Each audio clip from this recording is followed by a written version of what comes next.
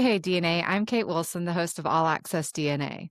My guest today is Sarah Roth, a writer, educator, and genetic counselor. I came across some of Sarah's writing and poetry about living with a BRCA mutation and was moved by the beauty of her writing and how she describes her experiences. Sarah talks to us about undergoing medical screening, then treatment, along with the importance of storytelling in medicine and healthcare. Let's get started. Thank you so much, Sarah, for being on the podcast today. Thanks so much for having me. I think we'll just jump right into us. Tell us a bit more about your mom and learning that you are a BRCA1 carrier. Yeah, so cancer has always been a monolith, a kind of grand orienting structure in my life, both shaping things and casting a shadow across the texture of things. So when I was 8, my mom went through breast cancer treatment, entered into survivorship.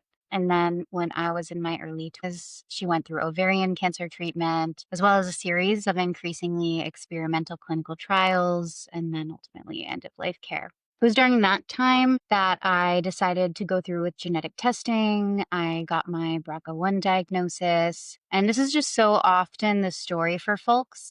My loved one was really in it. So I wanted to look into my risk. As is often the case for people, there was some pressure from my loved ones also to do so. I was 23 at the time, and along with my genetic diagnosis, I was basically handed a myriad pamphlet, a list of surgeons, and I was told, off you go. Here's the information you need. I still remember afterwards, I was living in DC at the time. I went to a cafe with my partner, and I just felt this weight suddenly placed on my shoulders. And I was like, okay, this is what it's going to be like now. And then I Yeah. started my surveillance a couple years later. So it sounds as if there was not much discussion or kind of, working through some of the things in terms of working with your healthcare provider, that they were kind of like, here, it is what it is, on to the next at that point. And did you, at the time, were you aware if your mom had a BRCA1 mutation, or were you not sure at that point? So she tested positive when I was a kid. Okay. And I don't remember learning at age 8 that my mom had a genetic diagnosis, but at some point around then, that knowledge, just became kind of part of what I understood. I definitely understood around that time that it was guiding the kind of treatment that she was having and the fact of not having radiation and instead having the double mastectomy. And some of the advocacy groups that focus on folks who know they have a mutation but haven't had cancer at that point in time, they call themselves previvors. So what was your experience like being a previvor? You're talking about kind of the weight of having this test result and starting surveillance, but you hadn't developed cancer at that time. Yeah, so living with cancer risk, I'm going to paraphrase the writer and actor Eva Victor, who said, "It's like someone threw a stone into the river of my life, and now everything moves around and over it." I read this in an interview over the Mm. weekend about Mhm. Victor's incredible new movie, Sorry Baby, which is about trauma's aftermaths. And that really resonated with me. This idea of something just kind of getting plopped into the river of your life. And it's not fair, but it's there. I will note that with all of my respect and admiration to Sue Friedman at Force, that I never really felt comfortable adopting the term previvor to describe myself. I think even before I became an anthropologist, I really sensed that this term had hard edges. Hmm. It's adapted from the term survivor, and I also saw the way that it's taken up a little too easily by the cancer industrial complex, also in the way that survivor and survivorship is. That said, of course, it's so important that those of us living with cancer risk have language to describe ourselves. It was just never previvor or survivor for me. Mhm. I think this is why writing and poetry especially feels so important in this context where, in social theory, we use the word indices to describe, identity based terms Mhm. that can kind of box you in when you use them. But poetry can create As all generative writing can, it can create intimate registers, social registers, and words that kind of exceed medical categories to give voice to what living with risk is and is like. I wanted language that could hold uncertainty and flux, not one that solidified or flattened me into a binary category. And poetry gives me that flexibility. I think, as you say, it can be something that can be helpful for some folks, sort of saying, okay, this is now the, I guess, the community I'm in. But for other folks, it doesn't quite capture the gray spaces, the nuances, like you said, having that stone thrown into that river. And it doesn't necessarily fully embody those ripples, the eddies, the things that then you're learning, I guess, to work through or figure out. Yeah, yeah. I think one of the powerful things that language can do is create a sense of community and connection with others who fall under the umbrella. And the flip side of inclusion is exclusion. Hmm. And I actually didn't know for a very long time, in part because of the word Previvor is used kind of heterogeneously among different advocacy groups. I've seen it defined in a couple different ways, especially during Breast Cancer Awareness Month when everyone's like, Previvor is X, just so you Hmm. know, on Instagram. I didn't think that I could claim the word Previvor even if I wanted to because I was in Hmm. surveillance and hadn't had preventative surgery. I originally understood the term in its dominant usage to only refer to people who had taken preventative action. Mm. But I think increasingly it's used more capaciously to describe anyone who has a genetic predisposition to cancer, irrespective of if they're in surveillance or if they've had preventative surgery. And so you talked about being in surveillance. And so I think you had surveillance for about a decade, maybe.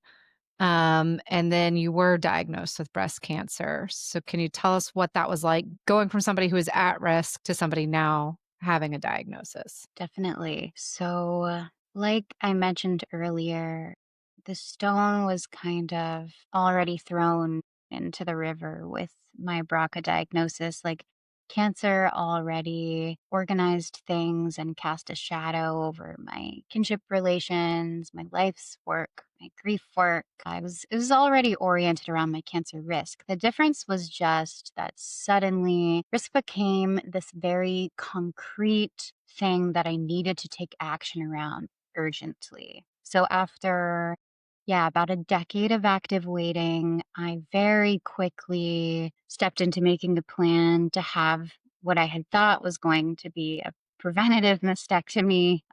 I met with a huge number of providers, filled out so many spreadsheets comparing Mm. all the different options, made some game time decisions about my nipples and a wide variety of other things. This is what you have to do. At this time, my BRCA elders, people who had gone through the mastectomy process were really important to me. They understood, obviously, not everything that I was going through, but so much of what they were going through, what I was going through, I mean. Hmm. And we exchanged probably hundreds of voice memos during this time of active treatment decision making and just recalibrating in response to this life altering diagnosis. And then I did go through with a double mastectomy and my sort of bespoke reconstruction in a lot of ways in that moment around my diagnosis and treatment planning, I've never felt more in touch with my BRCA mutation, both in terms of the clarifying nature of risk made concrete, also the way in which the genetic information confuses providers, the isolation of having something rare, even though it's so common. And then perhaps most importantly, my experience of finally taking the surgical action that I had been contemplating for a decade. I felt really connected to the mutation and my BRCA community in a way that really surprised me. It was kind of in some senses, a connective experience, but then in other ways, it was profoundly lonely and going forward, living with recurrence risk is just really its own thing. It's in some ways it's an extension of living with risk, but in other ways it's very different, very unfamiliar terrain. To quote another writer who I really love, the late poet Nina Riggs, who wrote a gorgeous memoir about her breast cancer experience. It's like living in suspicious country. She was quoting the essayist Montaigne, who also lived with chronic health concerns, and it kind of like flavored his philosophy a little bit. And it's interesting that you say that. So, like you are in surveillance mode, waiting to see if something is going to happen, hoping that it doesn't, but also knowing at some point you may have to take additional steps. And so then it does happen, you get the diagnosis, but it doesn't alleviate anything. It's not a sort of like, well, the thing I've been dreading has now happened because they're still treating it. And then there's the concern that another cancer could happen as well. So you're never out of that. Well, as you said, the suspicious country, you're never out of the suspicious phase. Yeah, that's right. I mean, it feels a little it's kind of a hot take to say this, but because I had been living anticipating risk. Well, not just anticipating my risk for so long, but also, I was orienting towards the preventative mastectomy and thinking about it a lot for many years with the plan to do it, but not feeling ready to do it. And after the diagnosis, but more than that, after I woke up from my mastectomy, which was both to treat the early stage breast cancer, but also to prevent additional breast cancer. There was a strange relief in it. I kept waking up every morning after my mastectomy, just being like, "Whoa, I did it! Like, I actually did it. I can't believe Mhm. it. This thing that I've been orienting towards for so long, I did it, and I feel safer." Having done it. There was a relief, even though it came through the breast cancer diagnosis, which is a terrible thing to experience and live with and have to, like, reimagine the future after. Yeah, it was both things. Yeah. Yeah. You mentioned earlier about being in the field of anthropology. So you're a PhD student, I believe, right? In medical anthropology Mhm. and clinical genetics. So how has having a background in genetic medicine, so I guess from the professional side, informed your experience as a patient? And what has it been like advocating for yourself as a patient, but realizing your medical team may not understand how to incorporate your BRCA status post cancer diagnosis and surgery? Yeah. Yeah, it's a great question, and it's a really wild ride, navigating this from my, uh, sort of position points. I think that training as a genetic counselor, firstly, equipped me with, like, as much knowledge as I could hope for about my genetic condition. I think often more knowledge um than I could hope for about my genetic condition. And then secondly, and importantly, and this was such an essential thing that was emphasized in my genetic counseling training program, was that it really helped me understand what it means to be a patient-centered provider who really partners with their patient around shared decision making, and to help me understand that those people do exist. And that is something that as a patient you can hope for or even expect. Unfortunately, a lot of providers are not like that. But I think those were the two kind of key things from my GC training that Mhm. shaped how I've approached my own care. And then on the other hand, being an anthropologist, I think has prepared me for some of the fierier aspects of patienthood. It's prepared me to advocate for myself, to take detailed notes, perhaps more detailed than is appropriate, and then also to hold my providers accountable for caring. So, like, if being a genetic counselor has helped me understand what it means to be a caring provider, or know what a caring provider looks like. As an anthropologist, I have more tools to hold my providers accountable and kind of like speak back to them. I will say that, like I mentioned before, feeling like I'm more of an expert about my conditions than my providers, which thankfully doesn't happen all the time, but occasionally does happen. Mhm. it can be a bit lonely and it can make it difficult to feel held in such medically shaky territory where there is so much uncertainty. It's kind of the name of the game. And feeling held in that context is really crucial. I wish there were more space in medicine in general and in oncology specifically for a sense of learning together, with one's provider, especially when you are staying up to date on the literature. And for providers to stay curious and patients to feel that curiosity and feel held in it and with it. And in case people hadn't guessed yet, you're a writer, since you have such a lovely way with words, and you have an MFA in writing, and you're editor of Tendon Magazine and Asymptote Journal. How have you tried to give narrative and form to your experience with BRCA? So I like some of the quotes that you've pulled in, but how have you tried to kind of describe this in your own words? Yeah. Yeah, that's a lovely question. So I was a writer before my genetic diagnosis. I had just freshly graduated from my MFA program at Notre Dame. I think over time, though, of course, we go through so many phases as people, as writers. I think my writing is a way to stay with what doesn't resolve. So the texture of uncertainty, language that hasn't caught up to experience or cognition yet. Most recently, though, I trained in prose in a fiction program. And of course, in anthropology and in genetic counseling, the writing that we do is in prose. So maybe this has a relationship to that. But I've most recently been turning to prose poetry and to more hybrid, kind of experimental forms as a way to grapple with how to articulate some of the messy complexities of living with risk. And I think there are just some poetry forms that lend themselves really well to that. Visual poetry, erasure, and the kind of open concept form of prose poetry or prose blocks. Mhm. And how do you conceptualize that uncertainty? Because it's something that's ongoing, right? Having a cancer susceptibility syndrome, breast cancer diagnosis, these are, there's not like a definite end, right? And I think that's one of the things sometimes too is that people that have not been through it think like, okay, well, you've done this, you've been treated, on to the again, on to the next thing.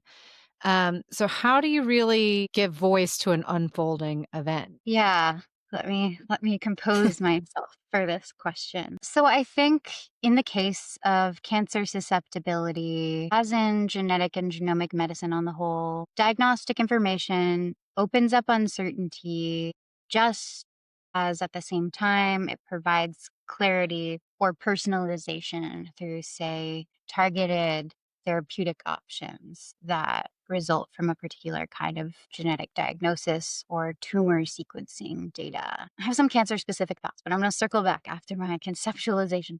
So, the illness narratives literature, which is really predominant in medical anthropology, but it's also present in the humanities, in this lineage that began, you could say, with like Susan Sontag's illness as metaphor and AIDS as metaphor, and other kind of, mid 20th century writers about health and the body. But the illness narrative literature really explores this question of how to give voice to ongoingness and how to conceptualize ongoingness. And so Arthur Kleinman is kind of the father of illness narratives work as it comes through anthropology. He is a psychiatrist and medical anthropologist who opened up space for thinking about what it means to give voice to an experience of illness that takes back some degree of agency, that being in the patient role kind of takes away from a person when they change, when they transform from person to patient. Cheryl Mattingly, a more contemporary medical anthropologist, has taken this up in some of her work in the ethnography moral laboratories. But what she does is, while Kleinman really works squarely in the psychiatric narrative form, Mattingly traces out what she calls branching narratives that follow like the branch points in a life that don't adhere to a single coherent narrative. Because if you look at a person's experience of illness or a family's experience of illness, especially when it's a chronic condition like cancer or a multi part kind of whack a mole situation like a hereditary cancer syndrome. There's just a lot going on, and it often doesn't cohere to a beginning, middle, and end with a strong thesis Mhm. statement, running through it. And so Mattingly kind of innovated in that way, pointing to branching narratives in a branching life. And then Vina Das, an anthropologist who works in my department here at Hopkins, she takes this a little bit further and turns away from narrative altogether and narrative theory and instead focuses her attention as an anthropologist towards affects and webs of relation. Um, to get away from some of the constraints of narrative as a framing device for giving voice. Instead, she writes a plot as like the plot of a garden, which I really love because it frames, someone giving voice to their experience as a kind of emergent, open ended, she wouldn't use the word rhizomatic, but that's the word that's coming to me. Mhm. For me, I think, working in this tradition, both creatively and critically, I think for me, writing between genres, being, you could say, queer or genre fluid, if you will, is quite essential to the effort of articulating something real, complex, and messy. And yeah, I try my best to do that in my work and also to hold space for conceptualizing the work of storytelling as something that isn't overly constrained by genres of storytelling and by the genres inherent to biomedicine. And just circling back to previvorship and survivorship in oncology, I think part of what has always given me the ick about these terms is that they are identity and community based terms that are inscribed with a certain kind of linear journey with previvorship in particular, and this also just has to do with how it circulates on the internet and in advocacy communities.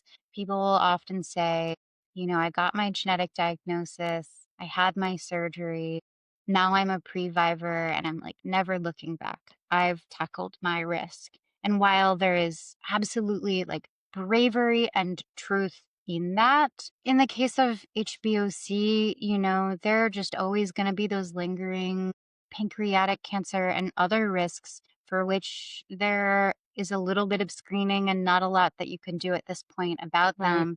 And so I think there's a way in which these terms survivorship as well, because all survivors have to live with recurrence risk, perhaps as the most defining feature of survivorship. But I think there's a way in which the indeterminacy of living over time as carrier or as a survivor is washed over by the way in which the terms are used, mobilized, and also used to sell stuff. Mm. Mhm. Yes, I feel like we could do, probably an entire episode on some of, the stuff that happens, especially in October. Mhm.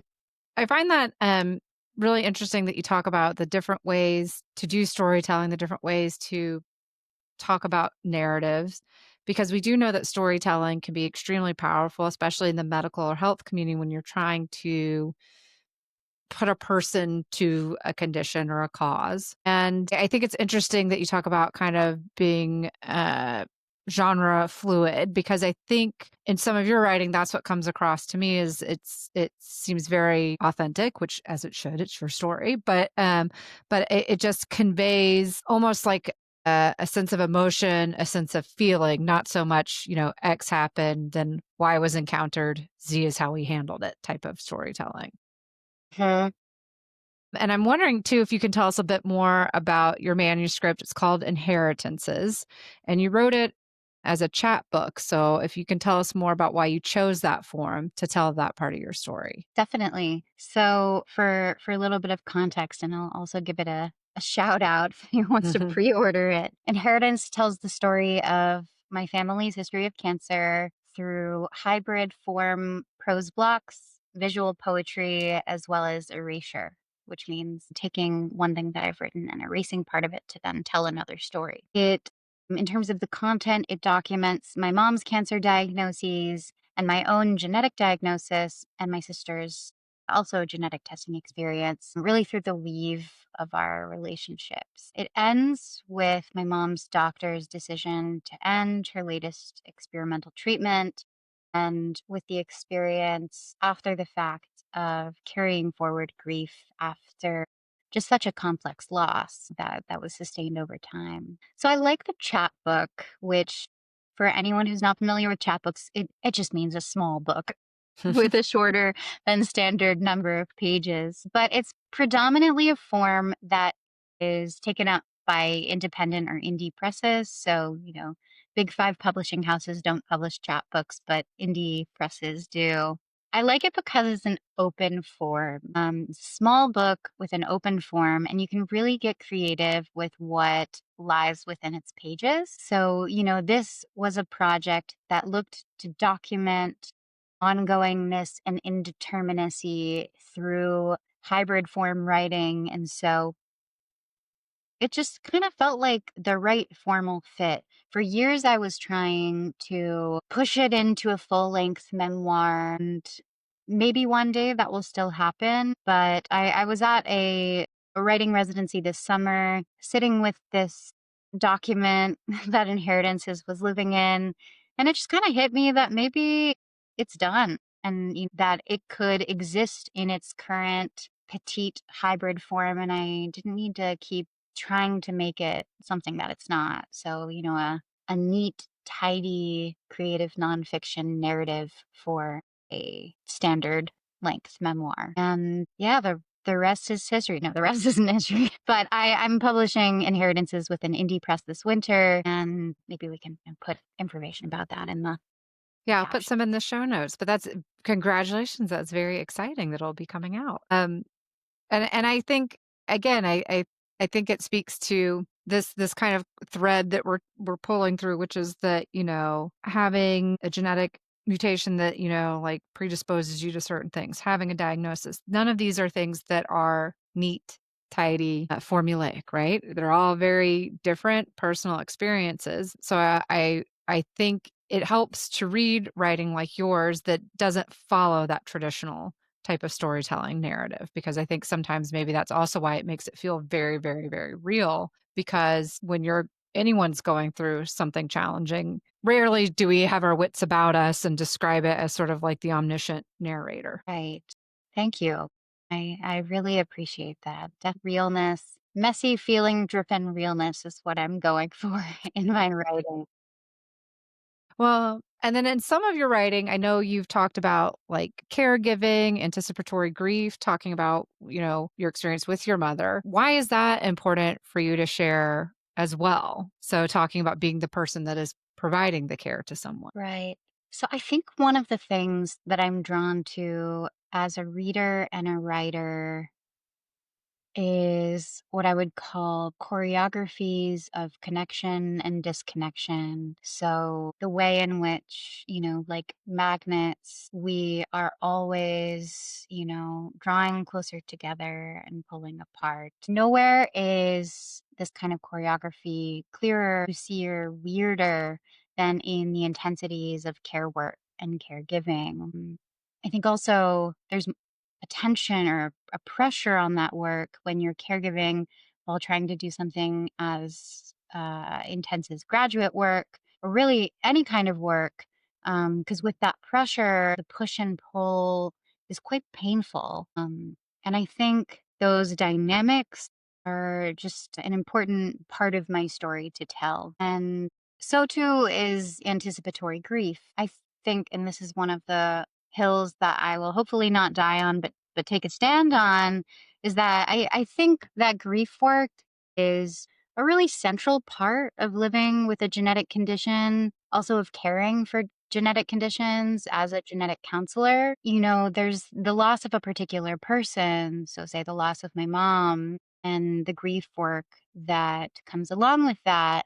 But there's also grief work to be done around bodily change, changes in debility and disability, capacity and access needs. This is such a central part of cancer survivorship that I don't think receives enough attention. And then also grief work around just the shape of a life, which can shift quite a lot amid genetic diagnoses and in oncology in terms of the timing of having kids, Hmm. fertility preservation.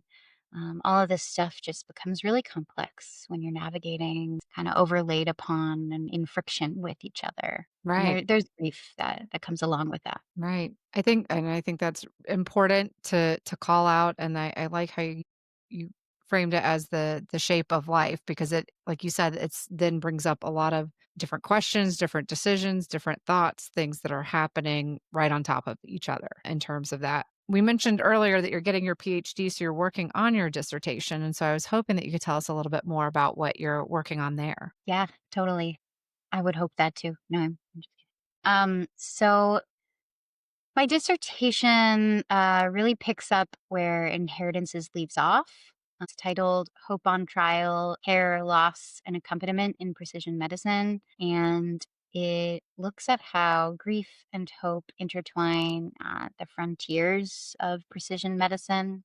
It's an ethnography based on participant observation and interviews with genetic counselors, as well as allied care professionals working in the psychosocial space, largely situated at the cutting edge of oncology in clinical trials research. In the project, as in my creative writing, I'm trying to center the work of accompaniment in precision medicine or in clinical trials. And I underscore and feature how it's often the genetic counselors doing that work and patching up a really fragmented care system. And this really emerged, my field work emerged out of my training as a genetic counselor, but also on the tails of my experiences as a caregiver with my mom's cancer care. And what I find so interesting about it, and I am excited to see it when it does come, and hopefully it's something that you will at least be able to share somewhat with folks. I never know what happens with dissertations. I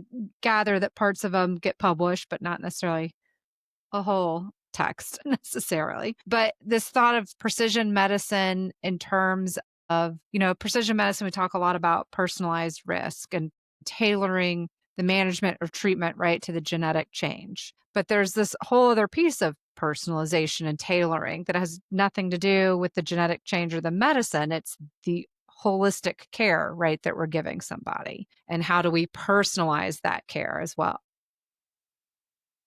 Definitely. And So I'm fascinated to see it when it's done. the idea is that it will be a book, Okay. and hopefully in the couple of years after I graduate, I'll be working on making it into a Mhm. book. But yeah, I love what you just said, and I think a huge part of that, the holistic dimension of personalized or precision care is just like looking at the person in front of you, Mhm. Yeah, listening to what they tell you about themselves and being with them and treating them as a human and not a data set. And yeah. very true. Well, and I think that kind of leads me into the next question, which is talking about like why narrative, why storytelling are so important for healthcare medicine. We alluded to it before, but it is one of those things that can sometimes either bring things home for folks, take it outside of that data set and give it a real person, a real face. Why do you find narrative and storytelling so important for healthcare? Yeah, I could talk all day about this question. So I think that the biomedical embrace, this is a term borrowed from science and technology studies, it does something to the agency, the voice of patients, families, and I would argue even providers who work with them and inhabit the healthcare system at the ground floor level of the storytelling conversation. I think storytelling gives a little piece of that agency back. This was Kleinman's endeavor with his groundbreaking book, The Illness Narratives, that medicine takes something away, flattens something about personhood, and it's our job as health humanities scholars to give a piece of that back Mhm.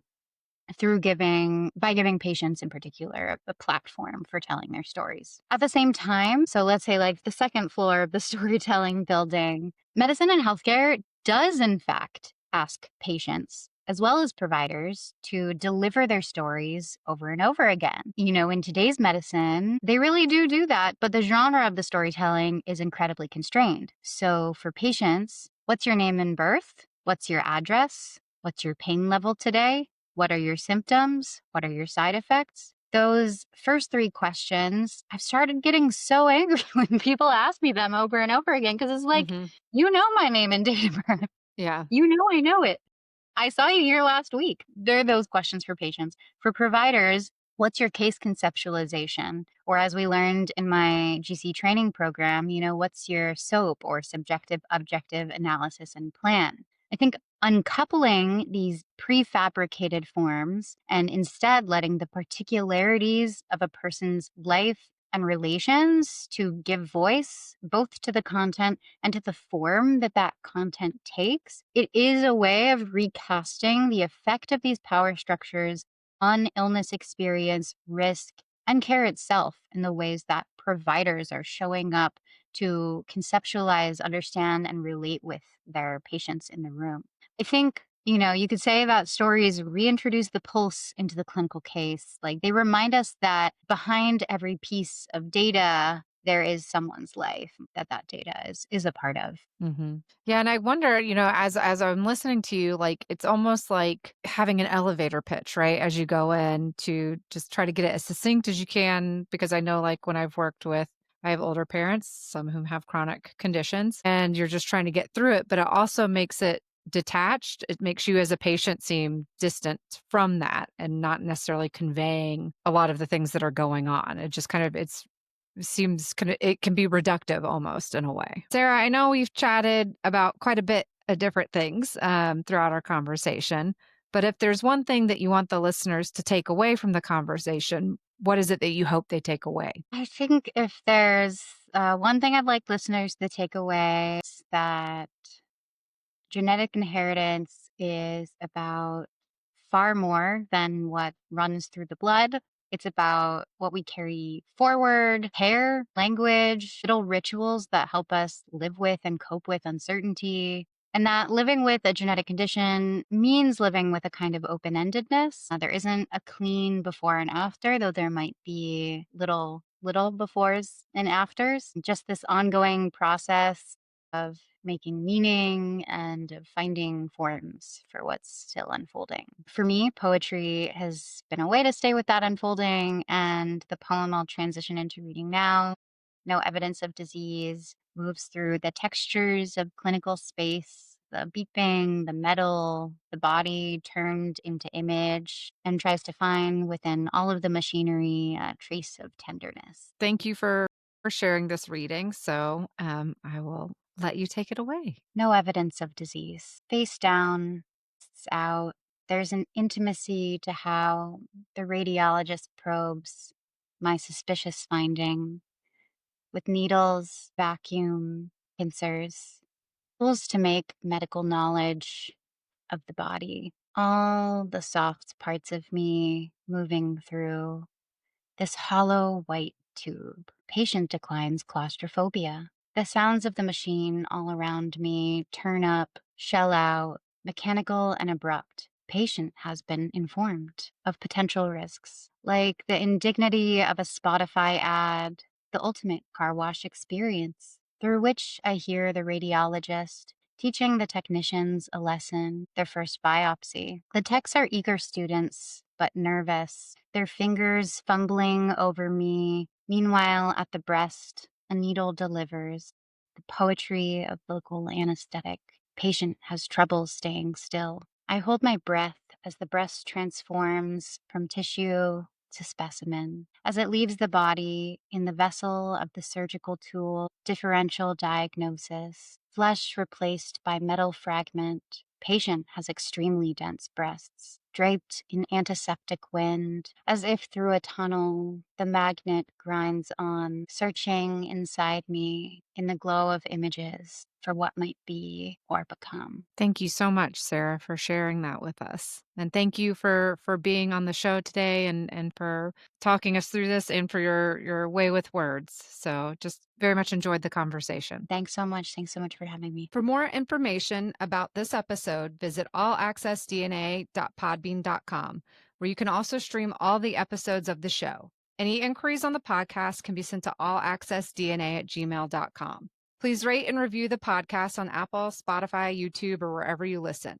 This helps other people like you discover the show. Note that this podcast is for entertainment and education and is not intended to be a substitute for professional medical advice. Please consult your physician with any questions you may have regarding your health. All Access DNA is an independent podcast hosted and produced by me, Kate Wilson. Designs by NKJ created the logo. Thanks for listening and join us next time.